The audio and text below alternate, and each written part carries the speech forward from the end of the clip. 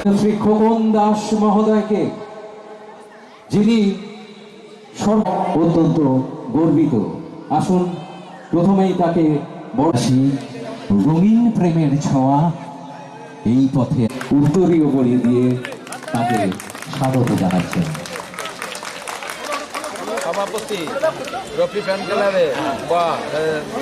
আকাশ আলী সাহেব বরণ করে খোকন দাস তাকে প্রণাম জানালেন, তার শ্রদ্ধার্ঘ্য জানালেন।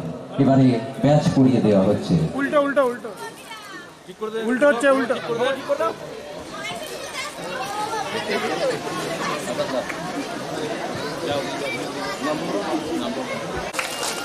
সবশেষে আমরা পুষ্পার্ঘ নিবেদন করলাম তাকে। হাসান আলী সাহেব একযোগে তাকে বরণ করবেন। প্রথমে উত্তরীয় পরিয়ে দিলাম, পরে স্তবক তুলে দিয়ে শ্রদ্ধার্ঘ্য নিবেদন করব। আজকের এই সুন্দর অনুষ্ঠানে আমরা আমাদের মধ্যে সাদরে এবং আন্তরিকভাবে বরণ করে নিচ্ছেন আজকের অনুষ্ঠানের অন্যতম সম্মানীয় অতিথি জনাব খয়রাত আলী সাহেবকে।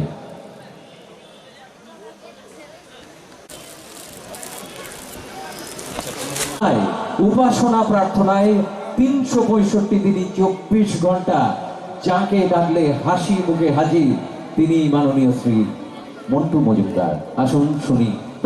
আপনারা জানেন প্রত্যেক বছর এই রফি ফ্যান ক্লাবের পক্ষ থেকে ছোট নীলপুর এই প্রাইমারি স্কুলের সামনে মোহাম্মদ রফি সাহেবের জন্মদিন পালন করা হয়। আজ মোহাম্মদ রফি সাহেবের 97তম জন্মদিবস। সেই জন্মদিবস উপলক্ষে রফি ফ্যান ক্লাবের পক্ষ থেকে প্রত্যেক বছরের মতো এবছর একটা অনুষ্ঠান করা হয়েছে। গত 2 বছর করোনা নিয়মকানুনের জন্য এই অনুষ্ঠান করা যায়নি। আমরা দেখি এই বৃষ্টি, রোদ, শীত সমস্ত কিছু উপেক্ষা করেও রফি ফ্যান ক্লাবের সদস্যরা সারা বছর যেভাবে এই একটা অনুষ্ঠানের জন্য বসে থাকে এবং বিভিন্ন সামাজিকমূলক কাজ এই রফি ফ্যান ক্লাবের সদস্যরা করে থাকে। আমি তাই খোকনদাকে বারবার বলছিলাম যে এই খোকনদা বলছিলেন যে আজকে প্রচুর প্রোগ্রাম, মন্টুদা কী করে যাব। আমি বললাম না, যেতেই হবে, কারণ ওরা প্রত্যেক বছর তোমার জন্য বসে থাকে যে খোকনদা কখন আসবেন।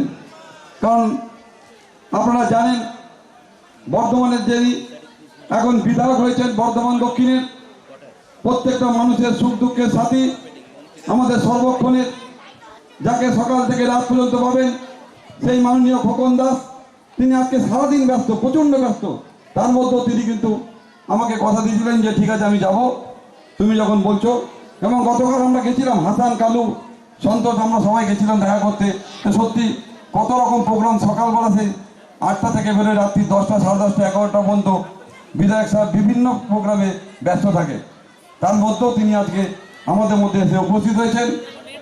আমরা ওনাকে বলবো রফি ফ্যান ক্লাবে আগামী দিনে যে সমস্ত কাজ করবে, যদি কোনো রকম সুযোগ সুবিধা থাকে বিধায়ক তহবিল থেকে, তাহলে সেই তহবিলের সাহায্য যেন তারা পায়। এবং তার সাথে সাথে রফি ফ্যান ক্লাবে আমি আরও দীর্ঘায়ু কামনা করি এবং তারা যেন প্রত্যেক বছর এই মোহাম্মদ রফি সাহেবের জন্মদিন পালন করে চলে। তার জন্য যে সমস্ত সাহায্যের দরকার আছে আমাকে যদি বলে, আমি ব্যক্তিগতভাবে যেভাবে করে আসছি আগামী দিনে করে যাব। এই কথা বলে সকলকে আন্তরিক প্রীতি, শুভেচ্ছা, ভালোবাসা জানিয়ে আমি আমার বক্তব্য শেষ করলাম। করছি একই সাথে আমাদের অন্তরের প্রণাম নিবেদন করছি জনাব আকাশ আলী সাহেব, আমাদের সম্মানীয় সভাপতি। সুধীবৃন্দ, যার কাছে সমস্ত বর্ধমানবাসী একটাই পরিবার, সেই এক এবং একমাত্র মানুষ। 2 বছর পর আজকে এই ছোট নীলপুরে মোহাম্মদ রফিক 97তম জন্মদিবস এই মোহাম্মদ রফি ফ্যান ক্লাবের উদ্যোগে আজকে অনুষ্ঠিত হতে চলেছে। তার এই অনুষ্ঠানে সম্মানীয় আমাদের সঞ্চালক আমাদের কল্লোলদা, এখানে উপস্থিত আছেন আমাদের এই ক্লাবের সম্মানীয় সভাপতি আমার দাদা এখানে উপস্থিত আছেন, আপনাদের সবার প্রিয় মানুষ এই 15 নম্বর ওয়ার্ডের আমাদের দীর্ঘদিনের সহকর্মী মন্টু মজুমদার আছেন, আমাদের 14 নম্বর ওয়ার্ডের আরেকজন আমাদের সহকর্মী আমাদের নন্দু এখানে উপস্থিত আছেন এই ক্লাবের সম্পাদক সহ আমাদের দিদিরা, বৌদিরা, বোনেরা এবং ভাইয়েরা, সবাইকে আমি আমার শুভেচ্ছা ভালোবাসা জানাই। 2 বছর আমরা এই করোনার টাইমে অনেক অনুষ্ঠানই উদ্যোক্তারা করতে পারে নাই। আমি বেশ কয়েক বছর ধরে এই অনুষ্ঠানে আমি প্রতিবারই হাজির থাকি। আজও আমার এত ব্যস্ততার মধ্যে মন্টুদা আমার পিছন পিছন ঘুরছে বিকাল থেকে, কখন শেষ করে আমাকে গাড়িতে নিয়ে আসবে। আমার সব প্রোগ্রামগুলোই মন্টুদা ঘুরে বেড়ালো আজকে বিকাল থেকে। আমি তো বুঝতে পারি নাই যে মন্টুদার উদ্দেশ্য আমাকে এখানে নিয়ে আসা। আমি আমার গাড়িতে ঘুরছে, সচরাচর মন্টুদা আমার গাড়িতে চাপে না, তা আমি দেখছি ঘুরছে। এখন আমি বুঝতে পারছি আসার সময় যে মন্টুদার মূল উদ্দেশ্যই এখানে আমাকে নিয়ে আসা, যাতে আমি অন্য কোথায় চলে না যাই। আর আমি দীর্ঘ কয়েক বছর ধরেই এসেছি, 2 বছর হয়েছে আমি আসি নাই। কারণ আমরা জানি আমাদের এই বর্ধমান শহরের মধ্যে আমাদের এই ক্লাব, এই রফিক স্মৃতি সংঘ একটা গুরুত্বপূর্ণ ক্লাব। কারণ এই ক্লাব সারা বছর সামাজিক কাজকর্মের সঙ্গে যুক্ত থাকে। আমি বিভিন্ন সময় এই ক্লাবের রক্তদান শিবিরেও এসেছি এবং আমরা এই ক্লাবকে প্রথমবারই আমাদের রাজ্যের মাননীয় মুখ্যমন্ত্রীর 5 লক্ষ অনুদানের টাকাও আমরা এই ক্লাবকে দিয়েছি। আজকে মন্টুদা আমাকে বলল যে আমার বিধায়ক তহবিল থেকে যদি এই ক্লাবকে কোনো সহযোগিতা করা যায়। আমরা বছরে 7 লাখ টাকা পাবো, 30 লাখ টাকা পেয়েছি। তার মধ্যে আমরা 3টে অ্যাম্বুলেন্স, একটা স্বর্গরথ, আর আমাদের 15 নম্বর ওয়ার্ডে যেখানে আমাদের কবরের স্থানটা আছে সেই স্থানটার একটা বড় রাস্তা করার জন্য আমাদের 30 লাখ টাকা চলে গেছে। বাদ বাকি যে 30 লাখ টাকা এবছর আমি পাবো, তার জন্য আমাদের এসপি সাহেব, আইপি সাহেব আমাকে একদিন ডেকে বললেন, খোকন বাবু আমরা গোটা বর্ধমান শহর জুড়ে আমরা সিসিটিভি লাগাতে চাই, আপনি আমাদের সহযোগিতা করুন। আমি বললাম কি সহযোগিতা করব বলুন? বললো আপনার বিধায়ক তহবিল থেকে আমাকে 15 লক্ষ টাকা দিতে হবে। আমি বললাম দেখুন এটা এত ভালো কাজ, কারণ বিভিন্ন সময় অনেক মা বোনেরা বলে দাদা আমি সন্ধ্যাবেলায় যাচ্ছিলাম, আমার কানের দুলটা টেনে কে নিয়ে চলে গেল, আমার মোবাইলটা ফোন করতে করতে যাচ্ছি মোবাইলটা নিয়ে চলে গেল। তা আমরা মনে করি সারা শহর জুড়ে আমাদের সিসিটিভিতে যদি মোড়া হয়, তাহলে যারা এইসব অসামাজিক কাজকর্ম করছে তাদের সহজেই প্রশাসনের পক্ষ থেকে তাদের ধরা যাবে। তাই আমি বললাম ঠিক আছে আমার 15 লক্ষ টাকা আপনি রেডি করুন, আমাদের টাকা ঢুকছে, 15 লক্ষ টাকা দিয়ে দেব। আর 15 লক্ষ টাকা আমার বর্ধমানের হসপিটাল, আমাকে সেই দিন রোগী কল্যাণ সমিতির মিটিংয়ের দিন তাদেরও এক দাবি যে আমরা গোটা বর্ধমান হসপিটালকে আমরা সিসিটিভিতে সব জায়গায় সিসিটিভি লাগাতে চাই, আপনাকে 15 লক্ষ টাকা দিতে হবে। আমি বললাম ঠিক আছে, এবছরের আমার 38 লাখ টাকা আমি দুজনকে দিয়ে দিলাম। কারণ আমি মনে করি যে ভালো কাজের জন্য যারা যাবে তাদের তো আমাকে সহযোগিতা করতে হবে। কারণ আপনাদের আশীর্বাদে আমি বর্ধমান দক্ষিণের বিধায়ক হয়েছি এবং আপনারা যারা অধিকাংশ মানুষ আমার 14 এবং 15 নম্বর ওয়ার্ডের লোক আছে, আমি 2টো ওয়ার্ডেই এবারে নির্বাচনে আমি এখান থেকে জয়ী হয়েছি বিজেপিকে হারিয়ে। তা আপনাদের প্রতি আমার দায়বদ্ধতা আছে। আপনারা এইভাবে আমাকে ভোট দিয়েছেন, আর আমার হাতে সুযোগ থাকলে আপনাদের করে দেব না, এটা হবে না, আমি করে দেব। এই ক্লাব শুধু বিধায়কের টাকা কেন, অন্যভাবেও যদি কোনো সহযোগিতা করতে হয়, আমি মোহাম্মদ রফি এই ফ্যান ক্লাবকে আমি সেই সহযোগিতা করব। কারণ আমি মনে করি সারা বছর যারা মানুষের সঙ্গে থেকে কাজ করতে চায়, ক্লাবগুলোর মূল উদ্দেশ্যই হচ্ছে মানুষের সঙ্গে থেকে কাজ করতে হবে, নিজের এলাকার সমাজ ব্যবস্থার ভালো করতে হবে। আমি এই ক্লাবকে দেখেছি কোনোদিন বসে আঁকো প্রতিযোগিতা, কোনোদিন রক্তদান শিবির, এইভাবে রফির জন্মদিন পালন করা, এইগুলোই তো ক্লাবের কাজ। এই কাজই তো করতে চাইছে। আর আমার রাজ্যের মাননীয় মুখ্যমন্ত্রী এইভাবেই চাইছেন যে ক্লাবগুলো সারা বছর মানুষের পাশে থেকে কাজ করে, তাদের সহযোগিতা করে সেই ক্লাবগুলোকে সমাজের মধ্যে একটা ভালো জায়গায় প্রতিষ্ঠিত করতে চাইছেন। আর আমাদেরও চিন্তা ভাবনা সেই, আপনারা জানেন আমাদেরও চিন্তা ভাবনা মানুষকে নিয়ে যারা চলবে, মানুষের বিপদ আপদে যারা পাশে দাঁড়াবে, তাদের জন্য সব সময় আমি সহযোগিতার হাত বাড়িয়ে দেব। কারণ আমি মনে করি যারা যেখানে এই কাজ করে তাদের সবাইকে আমি চিনি, এবং তাদের যে কোনো সহযোগিতা যে আমার কাছ থেকে পাবে এটা নিয়ে কোনো সন্দেহ নাই। আপনারা দেখেছেন যে আমি রাজনীতির সঙ্গে সঙ্গে, রাজনীতি তো আমি একটা করি, প্রথম থেকেই আমি রাজনীতি করি, কিন্তু রাজনীতির সঙ্গে সঙ্গে আমার বহু সামাজিক কাজকর্ম, আমার অত বড় বৃদ্ধাশ্রম, এই কদিন আগে আমি 101টা মেয়ের গণবিবাহ দিলাম।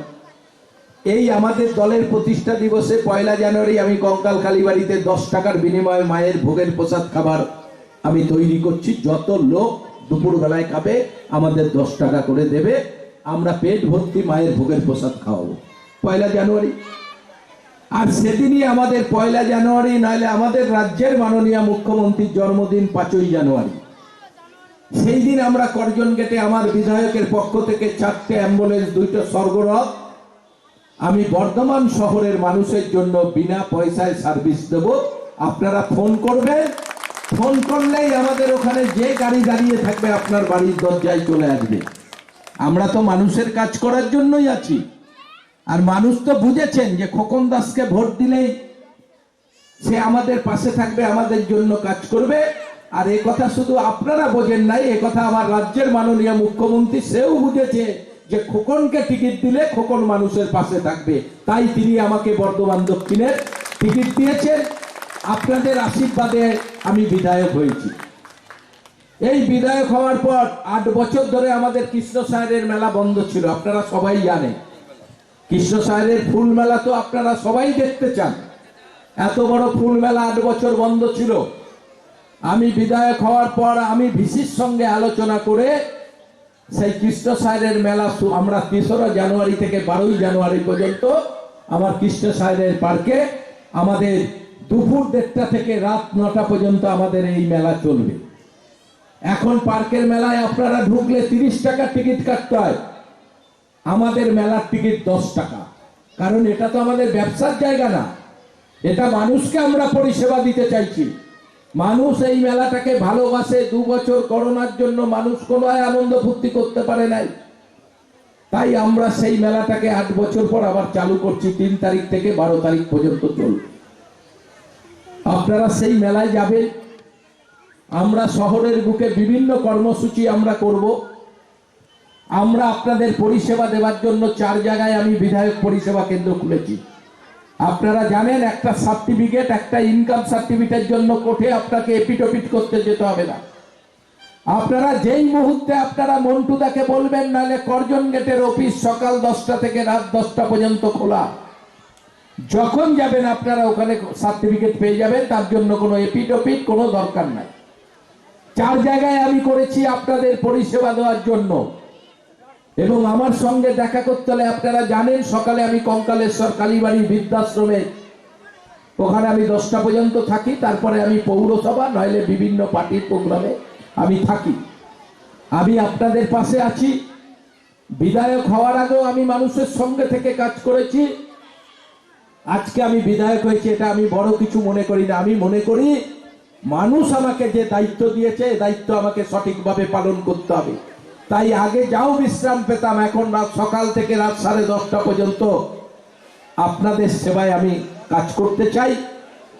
আর আজকে রফি ফ্যান ক্লাব যারা এত সুন্দর একটা, আজকে তার মোহাম্মদ রফি, তার গান এমন কোন লোক নাই ভালোবাসে না।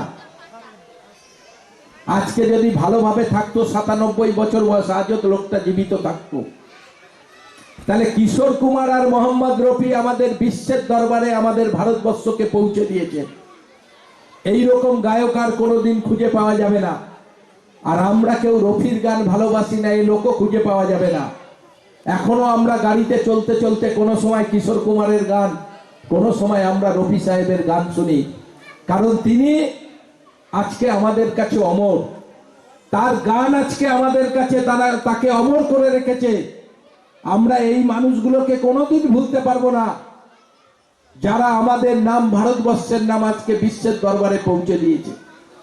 তাই তো আমরা মানুষকে বলি যে আমরা সারা জীবন কেউ বেঁচে থাকবো না, যতক্ষণ আমরা বেঁচে থাকবো ততক্ষণ তুমি এই সমাজ ব্যবস্থায় ভালো কাজ করো, যে কাজটা তুমি মারা গেলেও মানুষ বলবে এই ছেলেটা আমাদের জন্য এই কাজটা করেছিল। সেই জন্য তোমাকে ভালো কাজ করতে হবে। সারা বছর কেউ বেঁচে থাকবে না, কেউ অমর নয়। তাই যতদিন বেঁচে থাকার জন্য আমরা এসেছি ততদিন চাই আমরা ভালোভাবে থাকবো, আমার পরিবার দেখবো, আমার আশপাশের মানুষ দেখবো, মানুষের বিপদ আপদে দেখবো।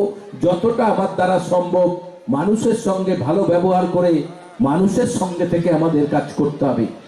আমরা যারা একজাক সহকর্মী সকাল থেকে রাত পর্যন্ত কাজ করি, তাদের সবার কাছে আমার একটাই কথা, মানুষকে সঙ্গে নিয়ে কাজ করতে হবে, মানুষের সঙ্গে আমাদের থাকতে হবে। আজ রাজ্যের মাননীয় মুখ্যমন্ত্রী, তিনি আজকে প্রতিটি মানুষের কাছে পৌঁছে গেছেন, মানুষের মনের ভিতর ঢুকে গেছেন আমাদের মমতা বন্দ্যোপাধ্যায়। সেই কাজ আমাদের সবাইকে করা দরকার, যে তার আদর্শে, তার অনুপ্রেরণায় আমরা যারা তার সঙ্গে দলটা করছি, আমাদেরও উচিত মানুষের সঙ্গে থেকে কাজ করা, মানুষের বিপদ আপদে ঝাঁপিয়ে পড়া। তাই আজকে আর বেশি কিছু বলবো না। এবার আমিও একটা প্রোগ্রামে যাব, এখানে আপনারাও গান শোনার জন্য অনেকক্ষণ ধরে বসে আছেন। আমি শুধু আপনাদের কাছে বলতে চাই, যারা আপনাদের সঙ্গে থাকবে, যারা আপনাদের বিপদ আপদে আপনাদের পাশে দাঁড়াবে, আপনারা সেই এলাকায় সেই মানুষটাকেই আপনাদের নেতা তৈরি করুন, সেই মানুষটাকেই আপনারা আপনাদের গার্জিয়ান হিসাবে প্রতিষ্ঠিত করুন। আর যারা ধাপ্পাবাজি মারবে, কিছু করবে না, ধাপ্পাবাজি মেরে মানুষের ফয়দা লুটতে চায়, সেই মানুষগুলোকে আপনারা সাইডে সরিয়ে দিন। যারা ভালো মানুষ তাদের সঙ্গে নিয়ে আপনারা এগিয়ে চলুন, আপনারাও ভালো থাকবেন, আমাদের এই রাজ্যও ভালো থাকবে। ধন্যবাদ সবাইকে, সবাই ভালো থাকবেন, নমস্কার। প্রথম কথা বলা বাংলা ভাষায়, প্রথম পথ চলা এই বাংলায়, প্রথম হোঁচটে মা বাংলা ভাষায়, প্রথম ব্যথাতে মা এই বাংলা।